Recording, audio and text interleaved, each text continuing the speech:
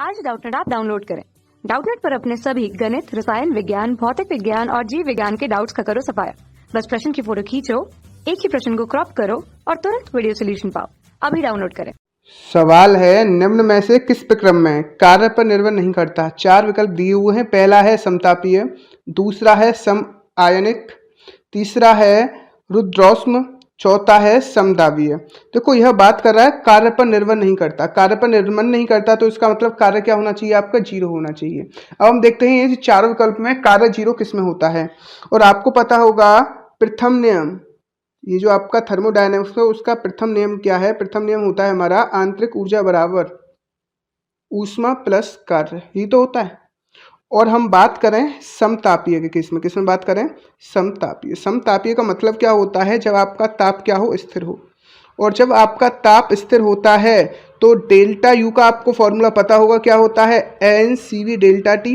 तो इसका मतलब जो आपके ताप में परिवर्तन होगा वो क्या आ जाएगा? जीरो आ जाएगा, क्योंकि ताप क्या है? स्थिर, जिसकी वजह से डेल्टा यू क्या हो जाएगा? जीरो। और डेल्टा यू यानी कि जीरो बराबर क्या हो जाएगा? क्यू प्लस डब्ल्यू, और डब्ल्यू बराबर क्या हो जाएगा? Minus Q. तो यहाँ पर आप देख रहे हो क्यू डब्ल्यू नहीं हो रहा है, इसका मतलब यह कार्य पर निर्भर करता है। दूसरे में हम बात करें सम आयतनिक। सम आयतनिक का मतलब क्या है? यहाँ आपका जो आपका आयतन है वो स्थिर हो जाए। अगर आयतन स्थिर हो जाता है तो इसका मतलब डेल्टा जो आपका वी होगा वह जीरो होगा। और हम जानते हैं ये जो आपका कार्य होता है, कार्य बराबर होता है integration V1 V2 P dV, ठीक है। और अगर हम बात करें यहाँ पर जो आपका पी डी वी है, यानी कि डेल्टा यानी कि जो डी वी होगा वो क्या होगा? जीरो, क्योंकि यहाँ पर जो आपका आयतन है वो क्या है? स्थिर है, जिसकी वजह से वर्क क्या हो जाता है? यानी कि कार्य क्या हो जाता है? जीरो हो जाता है।